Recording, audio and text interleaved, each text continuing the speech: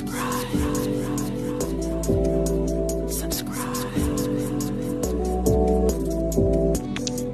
Become a subscriber today. Hit that red button. And get notified. Pretty close. How are you? Pretty good.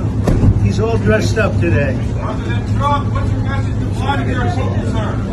President Trump, President Trump, you got a message to Vladimir Putin. Thank you very much. No.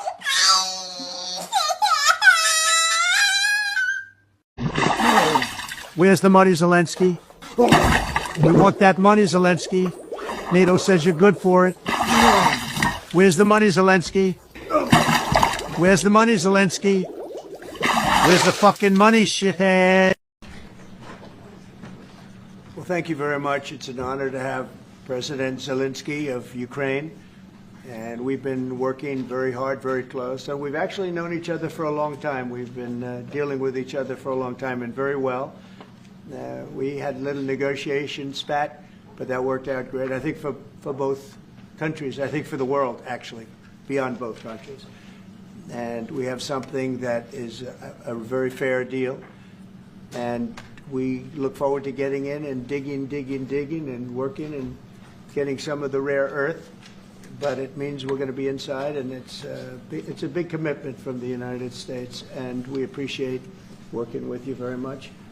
And we will continue to do that. We have had some very good discussions with Russia. I spoke with President Putin, and we're going to try and bring this to a close. It's something that you want and that he wants. We have to negotiate a deal, but we've started the confines of a deal, and I think something can happen. The big thing is the number of soldiers, mostly at this point, but soldiers being killed. You're losing thousands of soldiers. On both sides, we're losing a lot of soldiers, and we want to see it stop, and we want to see the money get put to different kinds of use, like rebuilding. And we're going to be working very hard, but we've had a lot of very good conversations. I will say until we came along, the Biden administration didn't speak to Russia whatsoever. They didn't speak to anybody. They just allowed this to continue. And I will say that, I'll say in front of you, you've heard me say it 1,000 times, if I were president, this war would have never happened. We would have had a deal negotiated for you without having to go through what you've gone through. But your soldiers have been unbelievably brave. We've given them great equipment, but somebody has to use the equipment. They've been unbelievably brave, and we give them great credit. This was supposed to be over very quickly, and here we are 3 years later. So I give tremendous credit to your generals and your soldiers and yourself in the sense that it's been very hard fighting, very tough fighting. They're great fighters, and you have to be very proud of them from that standpoint. But now we want to get it over with. It's enough, right? We want to get it over with. So it's an honor to have you here. Thank you very much for coming. We're going to sign the agreement at the conference in the East Room in a little while, right after lunch. And we'll be having lunch together. We're also discussing some other things, and we appreciate everybody being here. It's somewhat of an exciting moment, but the really exciting moment is when when they stop the shooting and we end up with a deal. And I think we're fairly close to getting that, and an honor to have you. And please, I'd like to say something. Yeah, thank you so much, Mr. President. Thank you for the invitation. And really, I hope that this first document will be first step to real security guarantees for Ukraine, our people, our children. I really count on it. And of course, we count that America will not stop support. Really, for us, it's very important to support and to continue it. I want to discuss it with details further during our conversation, and of course the infrastructure or security guarantees, because for today I understand what Europe is ready to do, and of course I want to discuss with you what United States will be ready to do. And I really count on your strong position to stop Putin, and you said that enough with the war. I think that is very important, Ben, to say these words to Putin at the very beginning of war, because he is a killer and terrorist. But I hope that together we can stop him. But for us, it's very important to to save our country, our values, our freedom and democracy, and of course, no compromises with the killer about our territories, but it will be later. And of course, what I wanted, we spoke about it by phone with you about the drones production. We have very good drones production. I think the best one in the world for today because of the war. Yes, and of course, we need very much the air defense. You have the best air defense in the world, and really you helped us under attacks of Russians, and I want to speak how we can exchange the licenses. We're open to share the licenses of all our drones with you, of course, with the United States, and we need licenses for quick production of air defense. Even after the war, we need our nation to be calm, that we are secure. So that's why we need this air shield. And of course, about this, I want to speak about the contingents. I think that France and UK already spoke to you, and we know that Europe is ready, but without the United States, they will not be ready to be as strong as we need. And the last point, last not least, about exchange, about our people and children.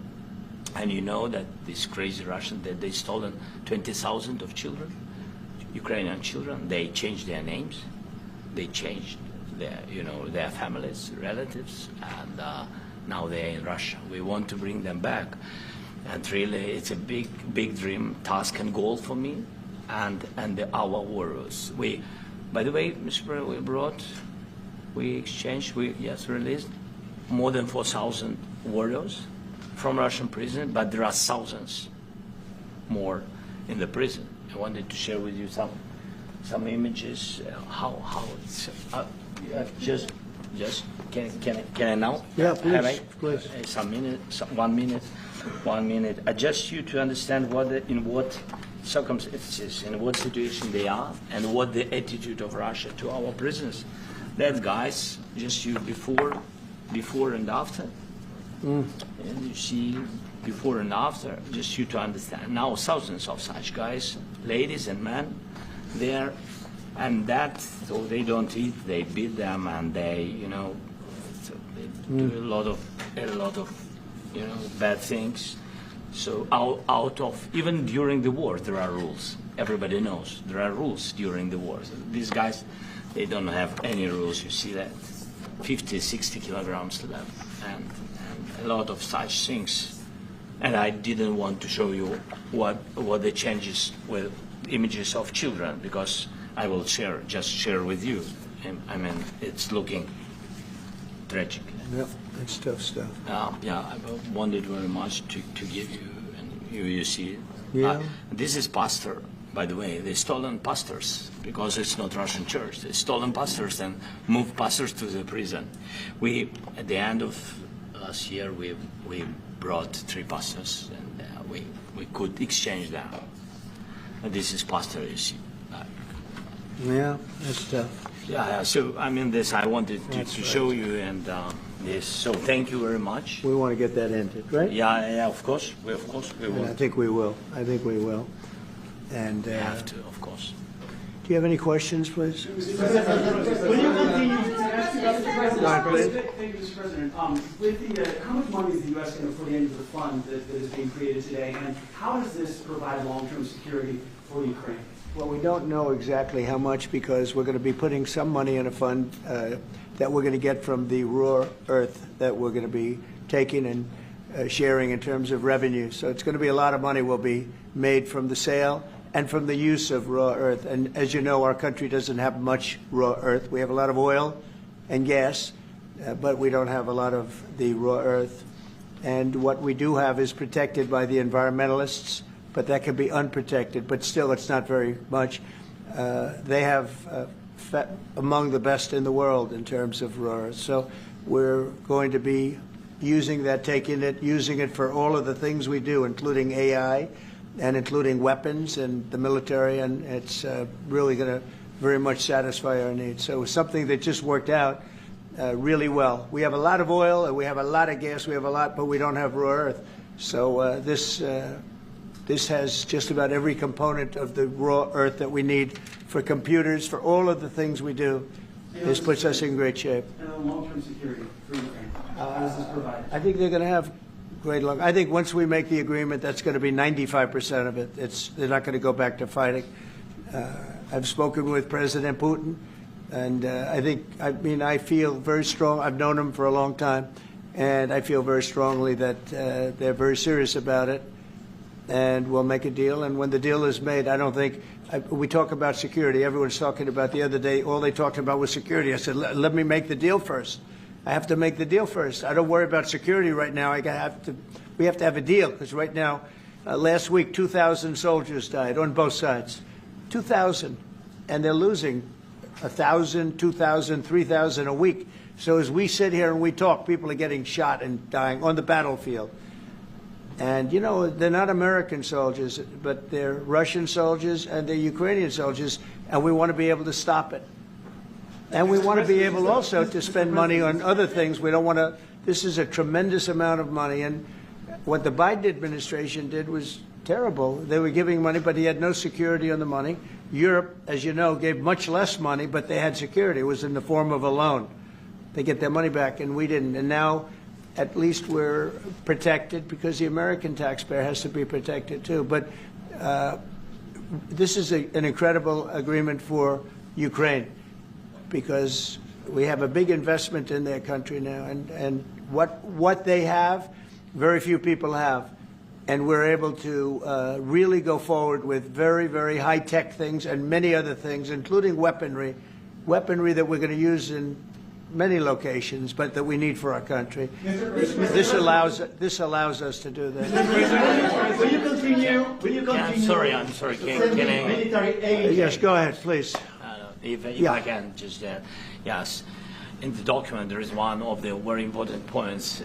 If we speak about business and investment, we never had LNG terminals in Ukraine. This document will open. I mean, the next document, but anyway, here we President Zelensky, do you feel like the U.S. is on your side? That the President Trump is on your side at this moment? What do you think? He wants to know, do you think that, sort of a stupid question, because I guess we wouldn't be here if I wasn't. But I think that the United States on our side from the very beginning of occupation, and I think that President Trump on our side, and of course, I'm sure that the United States President will not stop support. This is crucial for us. It's important for us. Yes. And Putin, the president, speaks about the people and the soldiers which are dying, but they came to our territory, they came to our land. They began this war, and they have to stop. And I think this is the question, was really the most important question. Can President Trump, I hope yes, with some other allies, to stop Putin, withdraw these enemies, our enemy, withdraw these troops from our land? And I think that you asked about the history, I think that if President, or when, he will stop Putin, if President Trump will bring peace to our country, I think he will be on this wall. we've had very, very good talks. What about military aid to Ukraine? President Zelensky just said that there'd be no compromises with Vladimir Putin.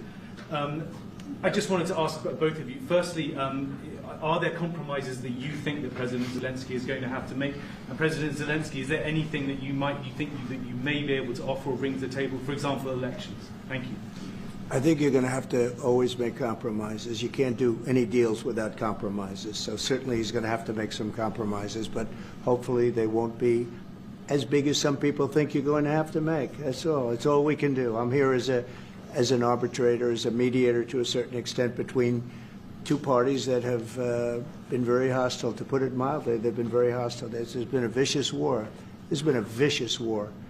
You know, it's a very level battlefield, and those bullets go out, and as I've said many times, we were talking about it with Pete, many times the only thing stopping those bullets is a human body.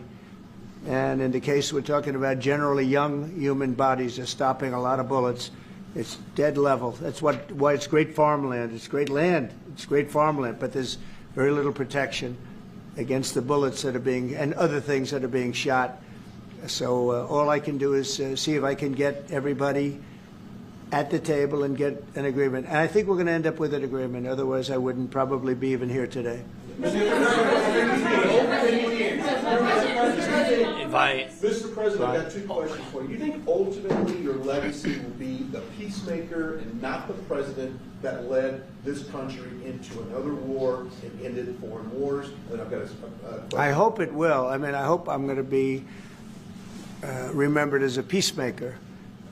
This would be a great thing if we could do this. I'm doing this to save lives more than anything else. Second is to save a lot of money, but I consider that to be far less important. So I hope I'm going to thank you, Brian, for that question. It was a nice question.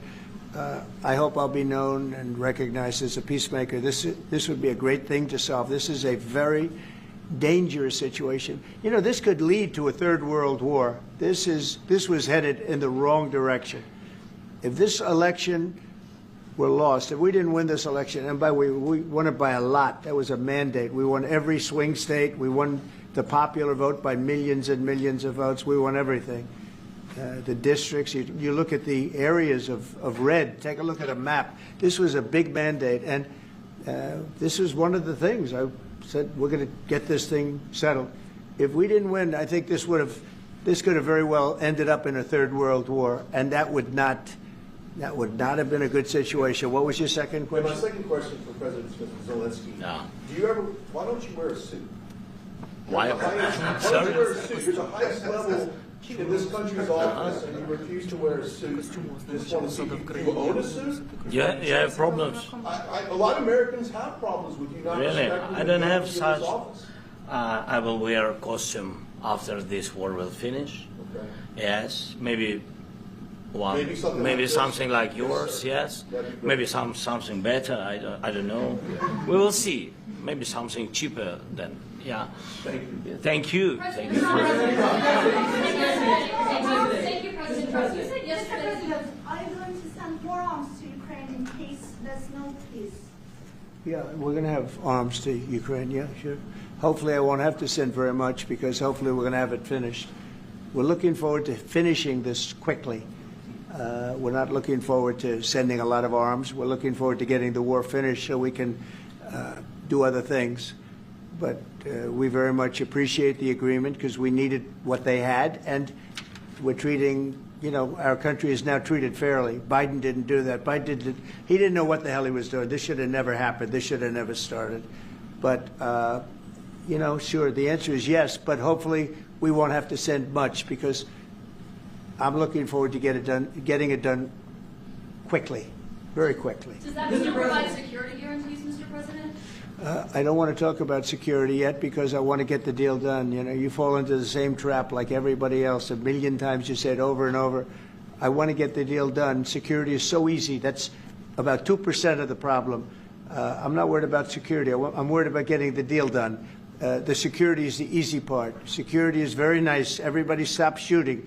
And now will Europe put people there? I know France is going to. I know the UK is going to. I know other countries are going to, and they happen to be right next door. We haven't committed, but we could conceivably. You know, we have security in a different form. We'll have workers there digging, taking the raw earth so that we can create a lot of great product in this country.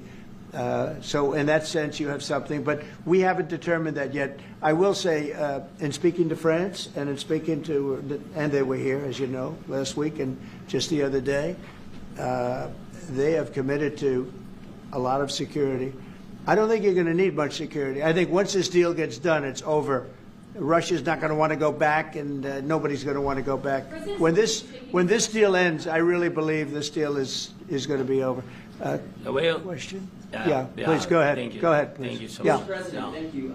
Thank you. Macron and Keir Starmer at the White House this past week, both of whom praised your courage and conviction to lead the pathway towards peace. Yes. Part of that involved, though, re-engaging with Russia in diplomatic relations, something that previous leaders lacked the conviction to do so. What gave you the moral courage and conviction to step forward and lead that? Well, I love this guy.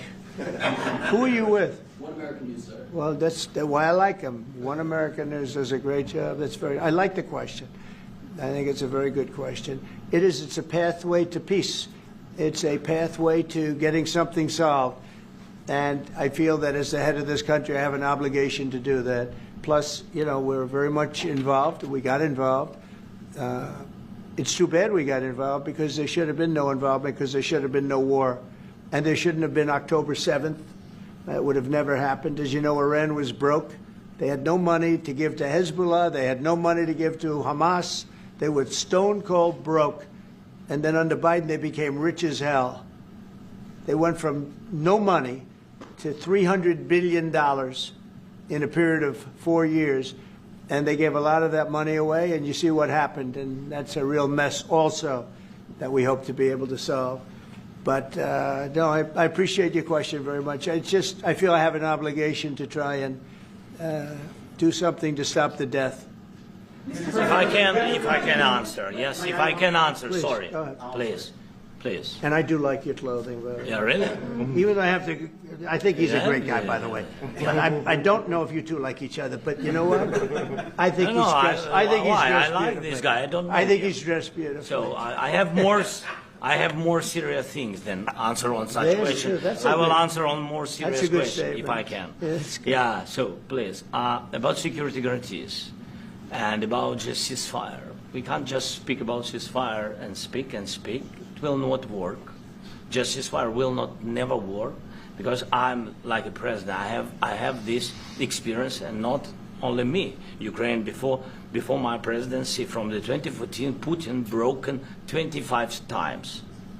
25 times he broken his own signature. 25 times he broken ceasefire. But he never broke to me. He never broke to me. No, you were the president. You never were the broke- president he during. never broke to me. In 2016, you've been the president, Mr. President. You've been the president, but he had, of course, not with you, but he had during those periods. He had conversations with our side, and we had Normandy format. You know, the France, Germany, Ukraine, and Russia, and he broken 25 times. That's why we will never accept just ceasefire. It will not work without security guarantees. Security guarantees, maybe President is right about this document and other, but this document is not enough. Strong army is enough, because his soldiers afraid, Putin's soldiers afraid of our soldiers when we're strong enough. If we are not strong enough, if we are empty, if our storage is empty, we can't defend our land. Today, you know, he knows that we have all the world knows that we have meeting. Yes? Why he's using ballistic? Putin today using ballistic on our hospitals, schools, and it says ballistic. So he knows that we are here, and that President Trump is really have goodwill to stop this war. And you hear now the president. So why he's using? So he doesn't want to stop. He doesn't want. But I hope that we will do it. Really, we'll do it. Security, when we speak about security guarantees, when the Europeans are ready for contingents, they need USA backstop. If there will not be United States, we will not never have any contingents, strong contingents from the Europeans, because they don't want to divide alliance connection between the United States as the main and strongest ally and Europeans. And this is crucial. This is important. That's what we want to speak about very much. This is very important. And air defense. So air defense, really, we have big deficit with all these systems, and we need to provide this. We need it very much. Otherwise, Putin will never stop, and will go further and further. He doesn't want. He hates us. You know, it's not about me. He hates Ukrainians. He thinks that we are not a nation. He thinks, and he shared this thoughts. I think maybe with your team also. I don't know, but with all the Europeans, in media, official and not, he always said that there is no such country, such nation, such language, and such life like Ukrainian. No, he really doesn't respect all the Ukrainians, and he wants to destroy us. And you are right, Mr. President. That's 2%. This document, maybe other documents, it's a very good start, very good, but it will not enough to stop this person. Should Russia change its Mr. President, may I one more question, please? Yeah, go ahead. I asked President They have to Zelensky pay. this question. You This didn't is write the rule. because- This is the rule of because the I- war. I'm This is sorry. the rule of the war. During all the centuries, all the history, this is the rule of the war. Who began, those pay. This is the rule. Putin began this war. He has to pay all money for innovation. He has to pay. Of course, some Russian assets, what we have in Europe, about 300 billion, we can use them. We can use for innovation and buy military support from the United States also. We can do it, but it's not enough. It's not enough. I asked this question that you didn't like because I wanted to know. Go ahead, please. Wait 1 second. I asked this question that you didn't like because I wanted to know if you want to position yourself in the middle between Russia and Yes, Ukraine, or on the Ukraine side. No, I'm in the middle. I want to solve this thing. I'm for both. I want to get it solved. And it's wonderful to speak badly about somebody else, but I want to get it solved. If we can solve it, great. If we can't solve it, they're going to have to fight it out, and who knows what's going to happen. But I want to see it get solved. May I follow up? One more question about U.S. troops in Europe. After Russian invasion of Ukraine, your predecessor sent additional troops to Eastern Europe, including Poland, my country. Yeah. Are you committed to keeping these troops on the eastern flank of NATO in the future? I'm very committed to Poland. I think Poland has really stepped up and done a great job for NATO. They, as you know, they paid more than they had to. They are one of the finest groups of people I've ever known. I'm very committed to Poland. What about Baltics? Poland's in a tough neighborhood, you know. What about the Baltics? The Baltics, they got a lot of, it's a tough neighborhood too, but we're committed. We're going to be very committed, and we're committed to NATO. But NATO has to step up, and the Europeans have to step up more than they have. And I want to see them equalize, because they are in for far less than we're in, and they should be at least equal. You understand that? Why is the United States, we have an ocean in between, why is the United States in for so much more money and other things as Europe? With that being said, and as you said, they've also been obviously very helpful, but we have put in far more than they have, and I think they should equalize. Yeah, please, go ahead. About the agreement against today, what changed between the first time that Secretary Bessent gave President Zelensky the agreement and today for the signing? We made a deal. So what was the deciding factor? I'm a business person. We made a deal. That's what changed. I didn't think we were going to make a deal, and we ended up making the deal. So that changed. You know? Mr. President, what and how do you envision a trilateral summit with President Zelensky and? I don't know, but it's, well, they don't like each other. I can tell you that. Okay, they do not like each other. This is not a love match, and it's unfortunate. That's why you're in this situation. The United States should not have allowed this to happen. Okay, the United States, run by a man that didn't know much. I'm going to be very nice. Run by an incompetent person, very incompetent person, should never have allowed this to happen. I've stopped wars. I've stopped many wars. My people will tell you, I stopped wars that nobody ever heard about. I stopped wars before they ever started. You can look at some of, I could give you a lot of nations that would tell you right now they were probably going to war. I could tell you right now there's a nation thinking about going to war on something that nobody in this room has ever even heard about. Two smaller nations, but big, still big. And I think I've stopped it. But this should have never happened. Mr. President, About sorry, just a second. About any negotiations. First of all, I want really to tell you, and I think that everybody understands that Ukraine, more than Ukrainians, nobody wants to stop this war. But at the future, any negotiations, it's understandable that two sides of the war, not Russia and the United States, because this is not the war between Russia and the United States. This is a war of Russia against Ukraine and Ukrainian people. So these two sides will be at the anyway will be at the negotiation table. Then of course United States, like the strongest partner of the Ukraine, and of course Europe. I think Europe is very important. I want to speak about it with the President. Yes, Europe is very important for us because we really defend Europe for today. All Europeans really recognize that we are defending the line, and they have real life, and our people are dying. That's why they helped us. And also, it's about the NATO. Yes, between, like the president said, you have big, nice ocean. Yes, between us. But if we will not stay, Russia will go further to Baltics and to Poland, by the way. But first to the Baltics. It's understandable for them because they've been in the USSR. You know, they've been one of the republics of the USSR, and Putin wants to bring them back to his empire. It's a fact. And when he will go there, if we will not stay, you will fight. Your American soldiers, it doesn't matter, do you have ocean or not, your soldiers will fight. Mr. President, would you be willing to visit Ukraine, maybe Kyiv or Odessa, which is known to be a 30-year-old Black Sea? It was my question. Yeah. Sorry. I don't want to talk about Odessa now. Let's not talk about Odessa. I want to talk about making a deal, getting peace. We don't have to talk about Odessa, but a lot of cities have been destroyed. There are a lot of cities that are not recognizable. There's not a building standing. No, and a lot of things have Mr. President, you have to come and to look.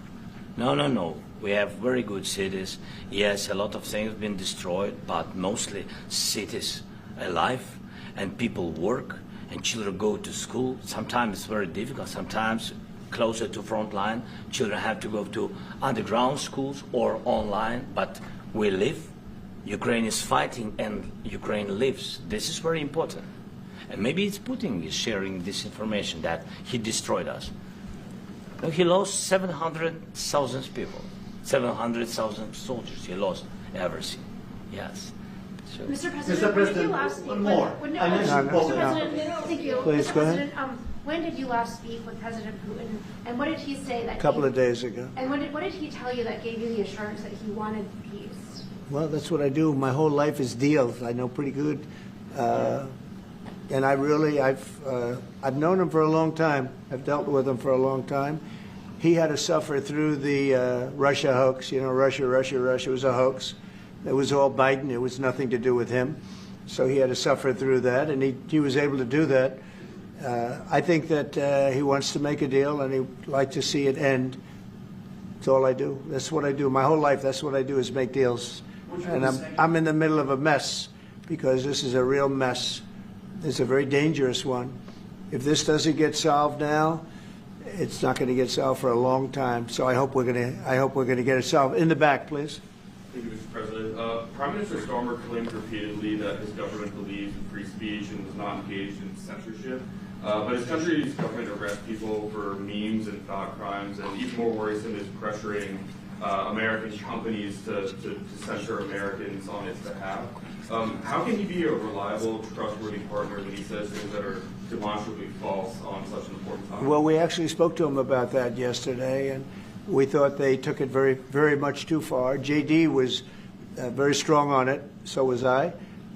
So was Marco. And we've been speaking to him about it. Marco, would you like to say something about that? We have concerns, obviously, with the conduct of those, particularly as it impacts Americans. And there's real concern that American speech, which is online, could fall into the hands of the British or any country's jurisdiction.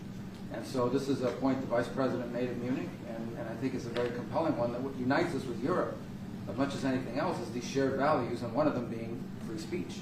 And so if Americans are threatened by it, we're going to need to take action in that regard. Mr. President. It's actually a very important question. We spoke about this in detail with the Prime Minister, the Foreign Secretary, and others at lunch yesterday, and I know that Secretary of Commerce Lutnick followed up in private meetings last night. This is really important. We believe Americans have the right to speak their mind, even if we in this room disagree with them. They have the right to speak their mind in the public square, which is often online these days. And we're going to defend that right as it pertains to American companies and American citizens vigorously if we have to. I do think that under the President's leadership, we're going to find common ground with our friends in the UK on this question, but it remains to be seen. The principle that will guide us is we believe in free speech in this country, and we'll fight for it for American citizens. Mr. President, on the deal, is there any other oil and gas component to the deal? Is it all critical? A little bit. We'll see. On LNG? But we're not really looking for that so much. We got a lot. We have more than anybody in the world, by far. So no, we're not talking about it too much, but a little bit. I think it affects also, but for the most part, no. And sir, is there any agreement from Ukraine to purchase U.S. LNG as part of the deal, or is that on the table at all? No, Mr. President, we don't need that. Mr. President, I just wanted to ask you about, you just mentioned that you'd spoken to Vladimir Putin a couple of days ago. Just to be clear, that's a new call, not the one that you were I've spoken to him on numerous occasions. Okay. And how was the latest call? What did you discuss? How did it go? Are you serious with that question? I am. I'd love to know. It went well. I think we're going to have a deal. On the minerals deal, Mr. President, some of those minerals are in the east of Ukraine, not far from the front lines, and in areas that Russia. A very good question. Thank you so much. Will you direct President Putin to withdraw his forces from those areas if there's U.S. interest? Well, we'll take a look at the time. We have a lot of area. It's a very big area we're talking about, so we'll take a look. I'll study that and I'll see. And who would protect those minerals if they are U.S. interests? Would that be Ukrainian? They'll be forces, protected. European The agreement will forces? protect them. US The forces? agreement, yeah, we're signing an agreement. You know? What if Russia tries to invade or orders Russian aggression in those spots? I just told you I don't think that's going to happen. And if that were going to happen, I wouldn't make a deal. If I thought that was going to happen, I wouldn't make a deal. Some people may wonder why. You know, they ought to focus on CNN on survival, not asking me these ridiculous questions. Focus on surviving, because CNN's got such low ratings, I don't think they're going to survive. Let's go. Yeah, please, go ahead. One more. Since I already mentioned Poland. Poland was under Russian control for decades after the Second World War.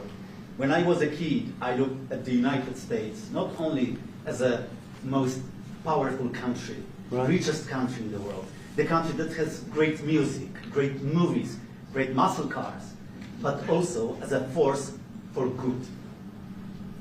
And now I'm talking with my friends in Poland, and they are worried that you align yourself too much with Putin. What's your message for them? Well, if I didn't align myself with both of them, you'd never have a deal. You want me to say really terrible things about Putin and then say, "Hi, Vladimir, how are we doing on the deal?" That doesn't work that way. I'm not aligned with Putin. I'm not aligned with anybody. I'm aligned with the United States of America. And for the good of the world, I'm aligned with the world. And I want to get this thing over with. You see the hatred he's got for Putin. It's very tough for me to make a deal with that kind of hate. He's got tremendous hatred. And I understand that, but I can tell you the other side isn't exactly in love with, him either. So it's not a question of alignment. I'm aligned with the world. I want to get the thing set. I'm aligned with Europe. I want to see if we can get this thing done. You want me to be tough? I could be tougher than any human being you've ever seen. I'd be so tough. But you're never going to get a deal that way. So that's the way it goes. All right, one more question. Yeah, please. I want to respond to this. So look, for 4 years in the United States of America, we had a president who stood up at press conferences and talked tough about Vladimir Putin, and then Putin invaded Ukraine and destroyed a significant chunk of the country. The path to peace and the path to prosperity is maybe engaging in diplomacy. We tried the pathway of Joe Biden, of thumping our chest and pretending that the President of the United States' words mattered more than the President of the United States' actions. What makes America a good country is America engaging in diplomacy. That's what President Trump is doing. Can I ask you? Sure. Yeah? Yeah. Okay. So he occupied our parts, big parts of Ukraine, part of East and Crimea. So he occupied it on 2014.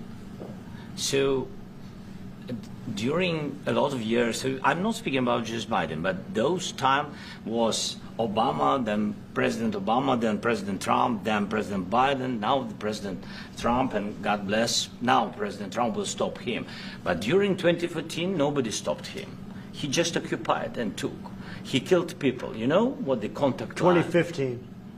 2014. 2014 and 2014. Well, 2014. Yeah. So I was not here. Yeah, but That's exactly right. Yes, but during 2014 till 2022, the situation the same. The people have been dying on the contact line. Nobody stopped him. You know that we had conversations with him, a lot of conversation, my bilateral conversation, and we signed with him, me, like a new president. In 2019, I signed with him the deal. I signed with him, Macron and Merkel, we signed ceasefire. ceasefire. All of them told me that he will never go. We signed him with gas contract. Yes, but after that, he broken this ceasefire. He killed our people, and he didn't exchange prisoners. We signed the exchange of prisoners, but he didn't do it. What kind of diplomacy, JD, you are speaking about? What do you mean? I'm talking about the kind of diplomacy that's going to end the destruction of your country. Yes, but if you are not Mr. President, with respect, I think it's disrespectful for you to come into the Oval Office and try to litigate this in front of the American media. Right now, you guys are going around and forcing conscripts to the front lines because you have manpower problems. You should be thanking the President for trying to bring an end to this conflict. Have you ever been to Ukraine that you say what problems we have? I have been to. Come once. I've actually watched and seen the stories, and I know what happens is you bring them on a propaganda tour, Mr. President. Do you disagree that you've had problems bringing people into your military? We have problems. And do you think that it's respectful to come to the Oval Office of the United States of America and attack the administration that is trying to prevent the destruction of your country? A lot of questions. Let's start from the beginning. Sure. First of all, during the war, everybody has problems. Even you, but you have nice ocean and don't feel now, but you will feel it in the future. God bless. You don't know that. God bless. You don't God know bless. that. You will not have a war. Don't tell us what we're going to feel. We're trying to solve a problem. Don't tell us what we're going to feel. I'm not telling you. Because I'm you're in no answering on position this to question. dictate that. That's Remember exactly this. what I'm not You're in dictating. no position to dictate what we're going to feel. We're going to feel very good. You will feel influence. We're going to feel very good and very strong. You will feel influence. You're right now not in a very good position. You've allowed yourself to be in a very bad position, and he happens to be right about it. From the very beginning of the war, You're not Mr. in a good Brown, position. You don't have the cards right now. With us, you start having I'm not playing cards. cards. But right now, you don't. I'm very You're playing serious, cards. Mr. President. You're I'm playing very cards. serious. You're I'm gambling the with the president lives in of war. millions of people. You think You're gambling with World War III. what do you You're think gambling about? with What do you World think War about? III. And what you're doing is very disrespectful to the country, this country. That's with back all to respect to you. your Far country. more than a lot of people said very they respect. should have. Have you said thank you once? A lot of times. No, in this Even entire today. meeting, you said thank you. Even today. You went to Pennsylvania and campaigned for the opposition in October. Offer some words of appreciation for the United States of America and the president who's trying to save your country. Please, you think that if you will speak very loudly about the war, you He's can... not speaking loudly. He's not speaking loudly. Your country is in big trouble. Can I Wait a answer? minute. No, Can you've I done a lot answer? of talking. Your country is in big trouble. I know. You're not winning. I know. You're not winning this. You have a damn good chance of we are coming out staying, okay because of Mr. us. President, we are staying in our country, staying strong from the very beginning of the war. We've been alone, and we are thankful. I said thanks You haven't in been this alone. cabinet, You and haven't not been only alone. in this cabinet. We gave you, through I this said stupid president, $350 billion. You voted we gave for you your military president. equipment, You and you voted men for are your brave, president. but they had to use our military. What about if you didn't have You our invited military me- equipment, You invited if me you to didn't speak. have our military equipment, this war would have been over in 2 weeks. In 3 okay? days, I heard it from Putin. In 3 days, this is something Maybe new. less. In 2 weeks, of course, yes. It's going to be a very hard thing to do business like this, I tell you. To say thank you. I said a lot of times thank you to American people. Except that there are disagreements, and let's go litigate those disagreements rather than trying to fight it out in the American media when you're wrong. We know that you're wrong. But you see, I think it's good for the American people to see what's going on over here. I think it's very important. That's why I kept this going so long.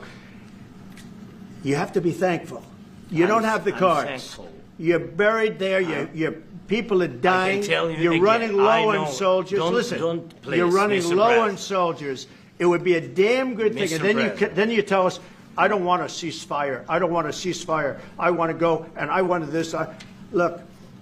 If you could get a ceasefire right now, I tell you, you take it so the bullets stop flying and your men stop getting killed. Of course, we want to stop the war. But you're saying you don't want a ceasefire. But I said to you, I want a ceasefire. with guarantees. Because you'll get a ceasefire faster than an agreement. Ask our people about ceasefire, what they think. That wasn't it doesn't with matter me. for you what that what wasn't this with me. nation- it That was wasn't with you. a guy named Biden, who was not a smart person. But this That is was your- with, this that was is with your Obama. president. It was your president. Excuse me. That was with Obama, who gave you sheets, and I gave you javelins. Yes. I gave you the javelins to take out all those tanks. Obama gave you sheets. In fact, the statement is Obama gave sheets and Trump gave javelins. You got to be more thankful, because let me tell you, you don't have the cards. With us, you have the cards. But without us, you don't have any cards. One more question to Mr. Vice President. I'm sorry. It's going to be a tough deal to make, because the attitudes have to change. What if Russia breaks ceasefire? What if Russia breaks peace talks? What do you do then? I understand that it's a heated conversation right now. What are you saying? She's asking, what if Russia breaks the ceasefire? What if anything? What if a bomb drops on your head right now? Okay? What if they broke it? I don't know. They broke it with Biden, because Biden, they didn't respect him. They didn't respect Obama. They respect me. Let me tell you, Putin went through a hell of a lot with me. He went through a phony witch hunt where they used him and Russia. Russia. You ever hear of that deal? That was a phony Hunter Biden, Joe Biden scam. Hillary Clinton, Shifty Adam Schiff. It was a Democrat scam. And he had to go through that. And he did go through it. We didn't end up in a war. And he went through it. He was accused of all that stuff. He had nothing to do with it. It came out of Hunter Biden's bathroom. It came out of Hunter Biden's bedroom. It was disgusting. And then they said, oh, the laptop from hell was made by Russia. The 51 agents. The whole thing was a scam. And he had to put up with that. He was being accused of all that stuff. All I can say is this. He might have broken deals with Obama and Bush, and he might have broken them with Biden. He did, maybe. Maybe he didn't. I don't know what happened. But he didn't break them with me. He wants to make a deal. I don't know if you can make a deal. The problem is, I've empowered you to be a tough guy. And I don't think you'd be a tough guy without the United States. And your people are very brave. But you're either going to make a deal or we're out. And if we're out, you'll fight it out. I don't think it's going to be pretty, but you'll fight it out. But you don't have the cards. But once we sign that deal, you're in a much better position. But you're not acting at all thankful. And that's not a nice thing. I'll be honest, that's not a nice thing. All right, I think we've seen enough. What do you think? Huh? This is going to be great television, I will say that. All right. We'll see what we can do about putting it together. Thank you. Thanks.